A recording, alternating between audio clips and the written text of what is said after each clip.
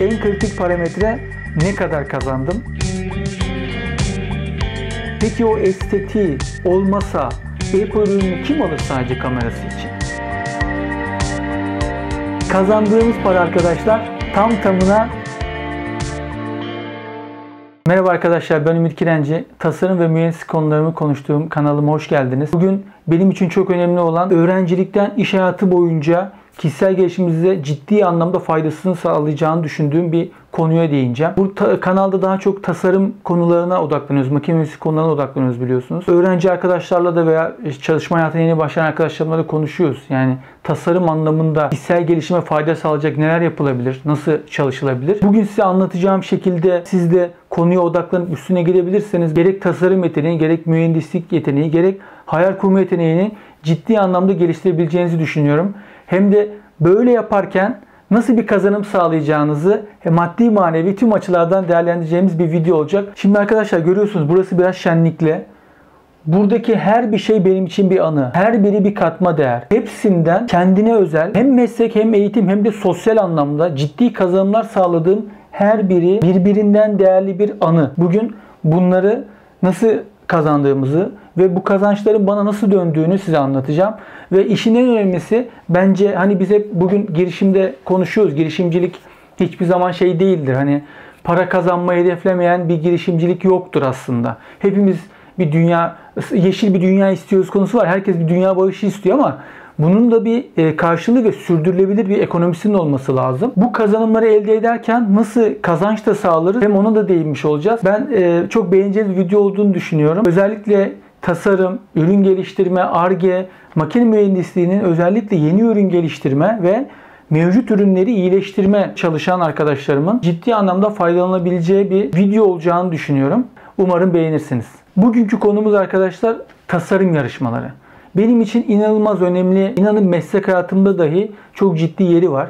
Ben 2007 girişliyim Balıkesir Üniversitesi'nde. 2011'de mezun oldum. 2009'dan itibaren tasarım yarışmalarına giriyorum. O zamandan itibaren yani bu aslında gerek ürün geliştirme gerek tasarım olan belki de meramdan geliyor bilmiyorum ama 2009'dan beri zaten bilfiil ürün tasarımı ile ilgileniyorum. Ben bunu ürün tasarım diyorum. Tabii ki çalıştığım spesifik sektörler var, özel sektörler var ama ben kendimi aslında yeni ürün tasarımcısı olarak adlandırıyorum. Ve bu şekilde her seferinde daha iyiye koyacak şekilde kendimi geliştirmeye çalışıyorum. Bunun detaylarını konuşacağız. Hani bu tasarıma girerken bununla ilgili ben yeni bir video da çekmek istiyorum. Tasarıma girerken neler yapmamız lazım, yeni ürün tasarımına neler dikkat etmemiz lazım. Bunları da inşallah konuşacağız. Bugün kendimizi meslek anlamında çünkü tasarım yarışmalarına ön yargıyla bakan insanlar da oluyor. Yani bunu bir hani zaten kazanacak insanlar belli. Ben hani oradaki parayı beğenmiyor, ödülü beğenmiyor veya verdiği şeyi beğenmiyor. Oysa biz ödül ve para için tabii ki yapacağız. Tabii ki yapacağız ama onun yanında bize neler getirdiğini bir bilseniz, onun size kattıklarını bir bilseniz parasız yapacaksınız zaten. Parasız katılacaksınız. Ben bizzat bunun faydasını görmüş, meslek hayatında da faydasını görmüş biri olarak sizlerle bütün deneyimlerimi paylaşmak istiyorum. Tasarım yarışmalarından kastım ne? Yani biz tasarım yarışmalarından ne bekliyoruz? Bir makine mühendisliği tasarım yarışmalarından ne bekler? Kısaca onlardan bahsedeyim. Hepsinin zaten kendine özel konsepti oluyor. Endüstri ürün tasarımı yarışmaları tabii ki çok daha yaygın. Mobilya, tekstil veya böyle mücevheratta daha çok yarışma var. Ama bu son zamanda makine mühendislerinin de katıldığı, mühendislerin hani yoğunlukla çalışabileceği yarışmalar da çoğaldı. Bu özellikle 2012-2011 yıllarından sonra Türkiye İhracatçılar Meclisi'nin daha çok başını çektiği bu otomotivi konu alan, makine sanayini konu alan tasarım yarışmaları da düzenlenmeye başladı. Mesela otomotiv ve özelinde mekaniğinden tutun tasarımına kadar, konseptine kadar birçok konuda yarışabiliyorsunuz. Bu yarışmalarda konsept. Bazılarına biz katılamıyoruz aslında. Yani tasarım yarışmasının ana şartnamesinde makine mühendisleri katılamıyor. Bunu nasıl yapıyorsunuz? Grup kurma yani bir takım kurma imkanı size sanıyorlar. Oraya işte ana hedef kitle olan endüstriyel tasarımcı veya bir mimar arkadaşınızla birlikte bir takım oluşturup takımla katılabiliyorsunuz. Ben de bir iki yarışmada zaten öyle yaptım. Yani benim bir mimar arkadaşım var. Buradan da selam göndereyim ona, Furkan Akkaya. Furkan'ın aslında tasarım yarışmasına katıldı. Yani benim bir takım üyesi olduğum yarışmalara da katıldık. Çünkü onlar size zaten biraz daha estetik düşünmenizi, daha böyle kullanıcı odaklı düşünmenizi sağlayan yarışmalar oluyor. Hani dedim ya her bir yarışmada farklı çıkarımlar elde ediyorsunuz ve bunu siz mesleğinize entegre edebiliyorsunuz. Yani bu inanılmaz bir kazanım. Hani şöyle bir şey vardır ya, bu hep ilk başlayanlarda olur. Ne çizeceğim ben? Ne yapacağım? Nereden başlayacağım? İşte arkadaşlar tasarım yarışmalarının tam anahtar noktalarından biri de bu. Size bir şartname veriyorlar. O şartnameye bağlı kalarak, zaten bu iş hayatımda en çok kullandığımız şey değil midir? Şartname. Bir işe başlarken sözleşme. Sizin sınırlarınız orada vardır ve daha siz öğrenciyken bir belgeye, bir kurala bağlı kalarak nasıl tasarım yapacağınızı, nasıl bir ürün ortaya çıkaracağınızı pratik etmiş oluyorsunuz. Yani bu en önemli birinci katma değeri budur. Size tanımlanan sınırlar içerisinde kalarak bir ürün, hatta rekabetçi bir ürün ortaya çıkaracaksınız. Benim en çok önemsediğim, en önemli bulduğum faydası bu. Yani bunu bir yere yazmak lazım. Kesinlikle bir kurala, bir bütüne, hatta sözleşmeye, kanuna, ne derseniz, bunu meslek hayatında malzemeye bağlı deyin, imalata bağlı kalmak deyin, ekonomik ürün çıkarmak deyin. Yani bir kural var ve sen ona bağlı kalarak en iyi, rekabetçi, dereceye girecek ürünü yapmaya çalışıyorsun. Bir saç konstrüksiyon yapan şirkettesiniz. Senin işin sacı kesip kaynatmak. Ama o saca verdiğin formu biz mühendis olarak önce ne yaparız? Yapısal dayanımına bakarız değil mi? Bizim için önemli olan yapısal dayanımdır. Peki yapısal dayanımın arkasında estetik kaygıyı biz koysak ne olur? Konstrüksiyona. Ya bu yasak mı? Değil. Koyduğunuz zaman zaten mimari yönünde olan albenili bir tasarım ortaya çıkarıyorsunuz ve kendinizi bir adım öne çıkarıyorsunuz. Zaten mühendislik yazılımının da desteğiyle belli tasarımlar ortaya çıkıyor. Çünkü mühendislik tasarımı bir tanedir arkadaşlar. Optimum, maliyet, işte imalat, kullanılan malzeme, belli girdileriniz vardır. Onlara uyarsınız tek bir şekil ortaya çıkar zaten. Topoloji optimizasyonda da öyle değil mi? Bir tane şekil ortaya çıkarır sana. Çünkü o girdileri bellidir, şartları bellidir. En uygununu sana söyler. Ama estetik girdiği zaman birçok şeyi kenara atabiliyorsun. Bu mimari ve endüstriyel ürün tasarım yarışmalarında da size bu özellikleri aslında katıyor. Yani hani bize bazen öyle eleştiriler de geliyor. Yani tam bir mühendis işi, mühendis parçası. Yani kaba bir şey, kütük gibi bir şey. Hani bu eleştirileri belki çalışma hayatında olanlar şey yapacaktır. Yani bu parça böyle mi olur gibi. Bir de öznel tavırlar bunlar. Yani öznel kavramlar. Yani kimisi beğenir, kimisi beğenmez. Neyse buraya girmeyelim. Şimdi ben tasarım yarışmalarındaki geçmişte yaptığım şeyleri size paylaşayım ve bunlardan ne çıkarımlar sağladığımı sizlerle paylaşayım ki bunun benim hem kariyerime hem meslek hayatıma hem de kişisel gelişime nasıl faydası olduğunu sizler de bir görün, değerlendirin ve inşallah sizler de bu imkanlardan faydalanırsınız. Ben hep diyorum yani ciddi manada şu an bizim ülkemizin tasarım eksiği var. Yani tasarım bakışı eksiği var. Hep şu örneği veriyoruz yani hani Apple ürünlerini satan şey tamam mühendislik, bakın mühendislik, yazılım zaten var. Peki o estetiği olmasa Apple ürününü kim alır sadece kamerası için? Zaten gidiyorsunuz profesyonel makine alıyorsunuz iyi görüntülemek için. Ama o estetiği kattığınız zaman vazgeçilmez oluyorsunuz. Bizim ülkemizde mühendislik yaklaşımına artık kullanıcı etkileşimi, estetik kaygı, zaten endüstriyel tasarıma giderek yaygınlaşıyor. Bunun bir eksik olduğunu düşünüyorum. Bu kanalı da açma sebeplerinden biri bu aslında. Ben de elimden geldiğince kendi yaptıklarımı aslında anlatıyorum. Kanalda da mantığım oydu benim. Yani bildiğim en iyi şeyi anlatmakta. Onu yapmaya çalışıyorum. Şimdi kısaca paylaşmaya başlayayım. İlk girdiğim yarışmadan en son bugün nereye kadar geldik ve en kritik parametre ne kadar kazandım?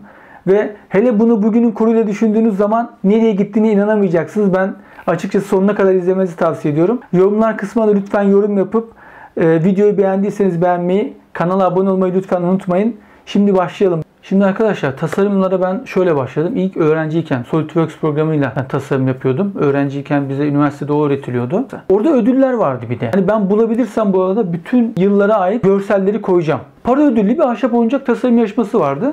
Biz de tabii merak ediyoruz yani böyle hani ürün tasarlayalım. Bunu görünce zaten hemen baktık, web sitesine girdik, şartnameleri indirdik. Çünkü oraya uygun yapmanız lazım. Size orada hangi belgeye, hangi ölçüde, kağıt boyutunda yapacağınızı bile söylüyorlar. Ona göre şey yap. O zaman eşim de vardı hatta. O da bir ürün tasarladı. O oyuncağı daha çok sever. Oyuncak yaptı o. Çocuk oyuncağı yani. Çocukların işte daha küçük yaşta çocukların oyuncağı tipte bir şeydi. Ben de belli bir yaş grubuna dönük işte kare dizmeceydi adı hatta değil mi? Bir de böyle Orf Panda vardı. Bunlara bir de isim veriyorsunuz değil mi? Bir tane Orf Panda vardı. O da güzeldi. Biz bununla katıldık. İşte belli dereceler var. 1, 2, 3. Biz ilk 30'a girdik. İlk 30'da bir sergi alanında onure edilecektiniz yani. Hani en başarıların arasında sergilenecektiniz. Benim herhangi bir yarışmadan aldığım ilk derece budur. 2010 yılında Süleyman Demirel Üniversitesi'nin işte ahşap oyuncak tasarım yarışmasında hazırladığım oyuncaklarla, hatta buna ben şey yapmıştım. Köyde ahşap arabalar vardı. Birçok insan bilir. Onu bile göndermiştim yani. Bizi hatta oraya üniversiteye çağıracaklardı. Bütün masraflarınızı falan da karşılıyorlar zaten. Ama o dönem ne oldu? Bir sebepten dolayı yarışma herhalde tam şey olmamıştı. Yani ödül töreni düzenlenmemişti ama onun sevincini yaşamıştık yani. Hatta hocalarımızla falan paylaşmıştık. Onu hiç unutamam. Bizim girdiğimiz ilk derece oydu. Öğrencilik hayatımda zaten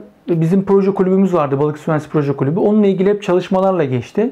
Öğrenciyken başka yarışmaya katılmadım.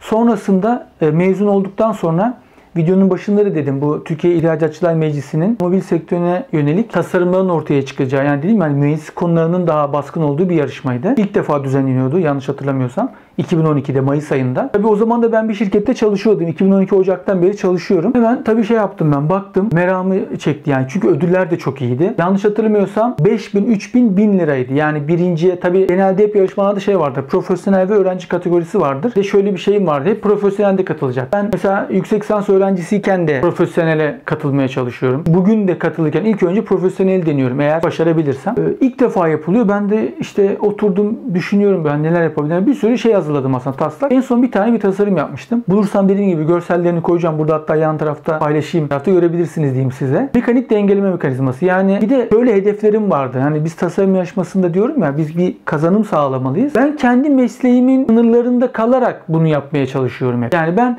makine mühendisiyim. Benim uzmanlığım makine mühendisi ve bu şartname, bu tasarım çerçevesinde makine mühendisliği sınırları, kapsamı dahilinde bir ürün ortaya çıkarmaya çalışıyorum. Ve yaptığım şey de mekanik dengeleme mekanizması adı altında aracın işte viraj kabiliyetini arttıracak bir sistemdi. O dönem profesyonelde 3. oldum arkadaşlar. İlk 2'de endüstriyel bir firma vardı. Yani İzmir firması, Ege Endüstri'ydi yanlış hatırlamıyorsam. Düşünün, ilk 2 profesyonelde bir firma. İşte analiz yapmışlar, tasarım yapmışlar, bir şey yapmışlar. 3.'de ben. Meslek hayatına yeni başlamış, yeni mezun olmuş. Hatta fotoğrafını bulursam koyayım. İnanılmaz bir keyif yani. Hani onu anlatamam. Zaten ödül aldık. 3.000 lira ödül vardı o zamanın şartıyla. Bunu ben size şeyle söyleyeceğim. Yani dolar cinsinden söyleyeceğim, biliyorsunuz. Alım gücünün bir ifadesi var aslında. TL değerinin hiçbir ifadesi yok. O zaman dolar karşılığını söylüyorum size. Buraya not aldım. 1715 dolar ödül aldım ben. 1715 dolar arkadaşlar. Ve sergiye gittik. İşte iş yerindeki arkadaşlarımla paylaşıyorum. Yani benim için uçuyorum havalarda yani. Hani derece aldım, ilk defa gideceğim. Gittik tabii, ürünü sergiledik.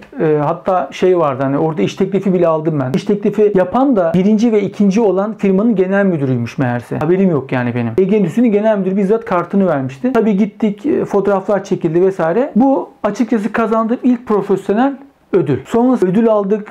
Dediğim ya, çok keyifli, hem de para da kazanmaya başladım bu işten. Bir taraftan da çalışıyorum. Ama şunun zorluğu var yani. Bunu çalışırken yapmak zor. Eve gidip çalışacaksınız. Zaten arkadaşlar hani bu bazen tartışma konusu oluyor. Bilgisayarı kapanmaz ya. Yani mühendisin bilgisayarı kapanmaz. Mühendisin bilgisayarı kapanmaz. Yani başka bir şey kurmak istemiyorum ben.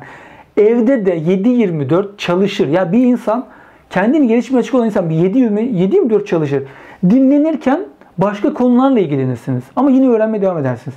Neyse, o yıl İMNİB'in düzenlediği, yine İhracatçılar Meclisi'nin bir kolu, İMNİB Endüstriyel Tasarım Yarışması var. Tabi buna biz işte katılamıyoruz. Dediğim ya yine video başında, mühendislerin katılamadığı yarışmalar da var. Ama mimarlara açık. Ben hemen mimar arkadaşımı aradım. Furkan'la, hatta Furkan da o yarışmadan sonra hayatı değişti. Yani çok oradan işte ödül kazandık yine. Bir miktarını Furkan'a verdim. Furkan neredeyse almak da istemiyordu, sağ olsun kardeşim. Ama ona bu işin onun da faydasına olduğunu göstermek için bir miktar da ona para verdim. O da hatta Balkan turuna falan gitti. Bisiklet aldı. Dediğim ya, dolar cinsinden alım gücü ne kadar önemli. Şimdi söyleyince bak dedim, neler hissedeceksiniz kazandığım ödülü dolar cinsinden duyunca. Bugünün kuruyla nasıl hissedeceksiniz çok merak ediyorum. Biz işte tabii o zaman profesyonelde katılamadım. Şartnameleri vardı. Metal, plastik, bir de o dönemin özel bir kategorisi oluyor. Engelliler vardı yanlış hatırlamıyorsam. Biz de Furkan'ın adına bir takım oluşturduk. Ben makine mühendisliğine katıldım. Furkan mimardı. Öğrenci kategorisinde 1. olduk arkadaşlar. Yani uçuyoruz havalar. Yani böyle bir şey yok. İnanılmaz bir keyif. Ve o zaman kazandığımız para arkadaşlar tam tamına 4.000 dolar. Düşünün artık kazandığımız parayı. Bugün kaç tane iPhone 12 alırsın? Sen hesapla. Furkan da o zaman kendi bisiklet aldı falan. Balkan turu yaptı geldi. Bayağı bir bize fayda sağladı. Orada da zaten ben de tasarım anlamında engellere yönelik bir şey. Katlanır koltuk diye tasarlamıştım. Hani çok da hani bir iş fikirleri de çıkmaya başladı arkadaşlar artık. İlerleyen şeyde de bahsedeceğim. Bir dönem var. Orada bir sürü yarışmaya katıldım ama derece alamasam da bir sürü iş fikri çıkmaya başladı. Bu da yine aynı yıl içinde aldığım 2. ödül oldu. Bakalım sonraki de neler yapmışız. 2012 yılının sonuna doğru bu sefer yine ben tabii takip ediyorum arkadaşlar. Yani bunları nereden buluyorsunuz derseniz internette takip ediyorum. Yani hani periyodik olarak tasarım yarışmalarını arıyorum. Zaten yıl içinde bir sürü yarışma oluyor. Mobilya Aksesuar Üreticileri Derneği diye sanırım, Maxter. Şu an hala düzenliyorum bilmiyorum ama o yılda bir şey düzenlemişti. Amaç mobilya mekanizması tasarlamak. Yani şimdi şeyi hatırlamıyorum ama makine mühendisleri katılabiliyor muydu? Açık da olabilir. Tabii yine daha çok tasarımcılar katılıyor ama dediğim gibi eğer makine mühendisi katılamıyorsa ben Furkan'a diyordum. Furkan'ın adına bir takım oluşturuyorduk. O takım olarak katılıyorduk.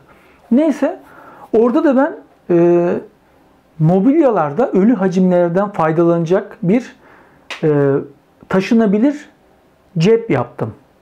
Yani bir çekmece tasarımı yaptım. Yine bulursam buraya yan tarafta görselini paylaşacağım. Onunla da arkadaşlar mansiyon ödülü kazandım. O mansiyon ödülünden de yaklaşık $175 kazanmıştım. Tasarım yarışmalarında asıl amaç kazanımlar elde etmek değil arkadaşlar. Size bu Maxter'deki bir anımı anlatmak istiyorum. Burada ben mansiyon ödülü aldım. Dedi ki abi ben hep bu yarışmalardan dedi para kazanıyorum. Nasıl ya dedim. Evet dedi ben hep yarışmaya katılıyorum. Hatta bir sürü yarışmadan alacağım var dedi. Ya ona çok şaşırmışım. Çocuk okuyor ama Eskişehir'de okuyordu galiba yanlış hatırlamıyorsam. Bu yarışmalardan para kazanıyorum ben dedi. Yani adam bunu kendine edinmiş. Ya buradan para kazanıyor. Sürekli yarışma kovalıyor. Bu bir. Ya bu da ilginç bir şey. Bana şöyle bir şey söylemişti. Abi dedi senin bu tasarım inanılmaz rafine görünüyor dedi. Şimdi rafine deyince ben şaşırdım yani. Ne demek rafine? Ben tabii buyur dedim yani rafine ne demek? Yani ne demekten bahsediyorsun? Yani dedi bitmiş ürün gibi dedi senin tasarımların. Ben orada yaptım zaten. Orada biraz çakralar açıldı yani. Birkaç ışık yandı. Biraz daha böyle konuşunca aslında şunu fark ettim. Hani biz yarışmalardan ne yapıyoruz? Bu paralar boşuna mı? Bu paralar küçük mü? Geçen gün bir şey vardı yani bu paralar para mı? Yani bu yaptığımız için karşılığında para mı? Adam milyonlar kazanıyor. Öyle değil işte arkadaşlar. Öyle değil yani. Siz nasıl bugün ustanın yanına çırağı verirken ya ustam ya parayı boş ver sen bu çocuğa iş öğretiyorsunuz. Bunların hepsi altın bilezik. O çocuğun o lafı bana şunu gösterdi. Ya ben gerçekten doğru yoldayım. Yaptığım işi geliştirmeye başlamışım. Yani ben bakın alakam yok. Ben mobilya aksesuar tasarımcısı değilim.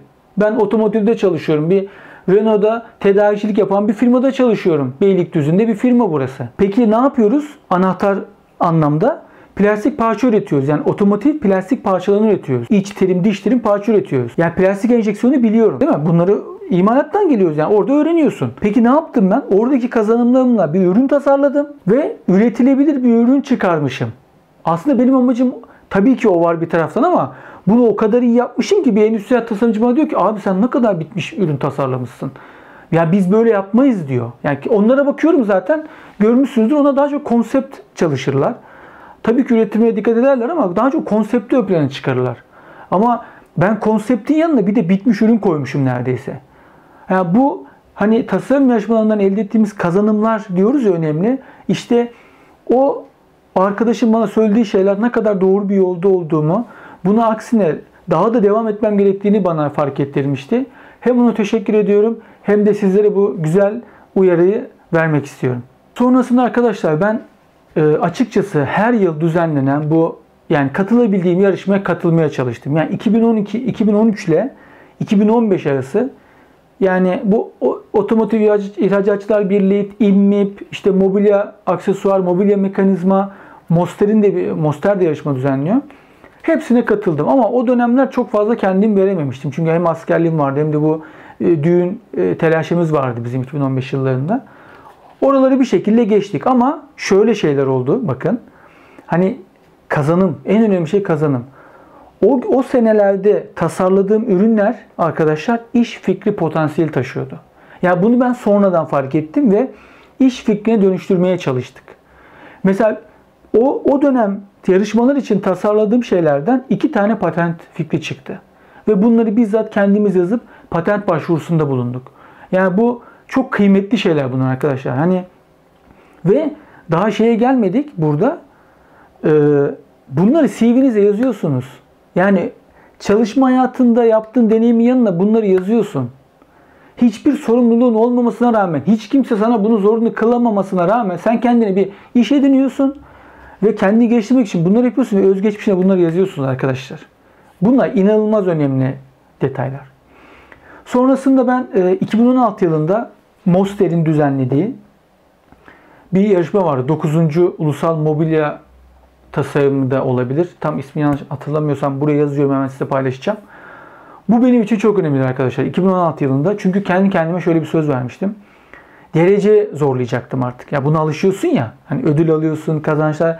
Bu artık şeye geliyor arkadaşlar size. Ya ben artık derece oynayacağım, zirveye oynayacağım. Yine derece alacağım parolasıyla girmiştik ona. Muhtemelen Furkan'la beraber takım oluşturarak girdik yani. Arkadaşlar orada finalist kaldık. Yani yine profesyonelde finalist derecesi elde ettim. Zaten bu son zamanda da böyle finalist olduysanız sizi oraya çağırıyorlar ve orada öğreniyorsunuz hangi derece alıp almadığınızı. Bu bile onore edici bir davranış. Zaten oradan biz dereceyle dönmedik. Oradaki bir anımı da anlatacağım size. Dereceyle dönmedik ama Profesör Doktor Önder Küçükerman'ın jüri olduğu bir yarışmada bir ürünle akıllı bir mobilya ürünü tasarlamıştık o zaman. Konsept akıllı mobilyalardı. Ben öyle girmiştik biz. Onun jüri olduğu çok değerli Türk tasarımcılarının jürilik yaptığı bir yarışmada ben dereceye girmiştim. Bu da benim için çok onore edici bir davranıştı. Bizi Yıldız Köşkü'nde ağırladılar. Zaten oradaki her şey mükemmel yani. O detayı anlatmayacağım. Hatta hocamızın kitaplarını bize hediye etmişlerdi. Bunlar bizim oradaki kazanımlarımız bunlar. Oradaki anım da şu, çok ilginç bir şey oldu. Ben dedim ya ben dereceyle gittim. Hırslandım. Bayağı hırs yapmıştım yani. Oturuyoruz. Yanımda eşim var. Dereceler açıklanıyor. Bakın. Hemen önümdeki birinci mi ne oldu? Yani derece aldı. Hemen önümde oturuyor çocuk. Hemen eşimin yanındaki derece aldı. Birinci ya da ikinci. Bakın kocaman salondan bahsediyorum ben size. Ben de bekliyorum tabii. Ama biz hiçbir şey alamadık. Boş döndük oradan. Ama kendime yine oradan benim kazandığım şey olmuştu. Hani Ümit oğlum fazla uçma, kaçma. Sen işini yap. Bu işten keyif almaya bak. Abartmadan keyifli bir şekilde yani fotoğraflarımızı çekip işte standta en azından kıymetli insanlarla tanıştık. Dediğim gibi değerli hocalarımızın jüri olduğu yerde tasarımcıların arasından, mimarların arasından en azından finalist olarak oradan ayrıldık. Oradan da elde ettiğim en büyük kazanımlar bunlar. Sonra girdiğim bir diğer tasarım yarışması da 2017 yılında yine Otomotiv İhracatçılar Birliği'nin bir yarışmasıydı. Burada da tabii arkadaşlar bakın 2012'den 2017'ye geldik artık. Mesleki deneyimim de artıyor. Daha çok gerçeğe uygun parçalar çiziyoruz zaten. Direkt üretilebilir. Bir de bu konsept de yaygınlaştı. İnsanlar da artık bunun farkına vardı. Yarışmalar da zorlaşıyor artık arkadaşlar. Ama bir ödüller artmıyor. Yani ciddi manada ödüllerde sıkıntı var. Yani ben 2012'de hatta İMMİP hala 2012-2013 yılının paralarını ödüyor. Yani bu kabul edilebilir bir şey değil. Size dedim ben 4.000 dolarlık ödül aldım ben. Alım gücü anlamında. Ya bugün aynı para 1.000 dolar etmiyor. Ya İMMİP'in de yani bu artık yarışmaların da kendim düzenlememesi lazım. Neyse. Biz gelelim. 2017 yılında da arkadaşlar tasarlamıştım. Jant kapağı dübeli. Orada da bir soruna odaklanmıştım. Yani bu arabaların jant kapağının fırlaması konusu var biliyorsunuz. Jant kapaklı araçlar var. Bunlar ölüm derecesinde kazaya sebep oluyor. Yani bizi sinir etmesinden ziyade ölümcül kazalara da sebep oluyor. Jant kapağı fırladığı için. Onları kapağı yerinde tutacak basit pratik bir ürün yapmıştık. Orada da dereceye girdik aslında. Yani nasıl diyeyim size? Ödül alacak potansiyel finalistler arasına girdik ama o dönem oldu. O kategoride herhangi bir ödül verilmedi yani. Ödüle öyle açıklandı. Öyle diyelim. Ödül almaya layık görülen bir proje bulunmamıştı. Ama yine iş fikri potansiyeli de taşıyan patentlik bir tasarım çıkarmıştık arkadaşlar orada da. Ondan da kazanımız oldu. Tabii şöyle düşünün. Bunlar olurken hep şirketlerde çalışıyorum zaten. Şirketlerde size bir şekilde bu avantaj sağlıyor. Yani hem kişisel gelişiminize hem de şirkette bu arkadaş çalışıyor, kendini geliştiriyor, yarışmaya katılıyor. Algısı da yaratıyorsunuz. Bu da sizin için avantajlı bir durum. Bu açıdan da düşünün. En güncelde de 2020 yılında bu TSI Seats var arkadaşlar. Bu uçak koltuğu üreten çok önemli ve güzel bir firma. Havacılık sektörüne hizmet ediyor. Belki bileniniz vardır. Bir yarışma düzenledi. Bu da yine mühendis kapsamlı daha çok hatta mekanizmalar yani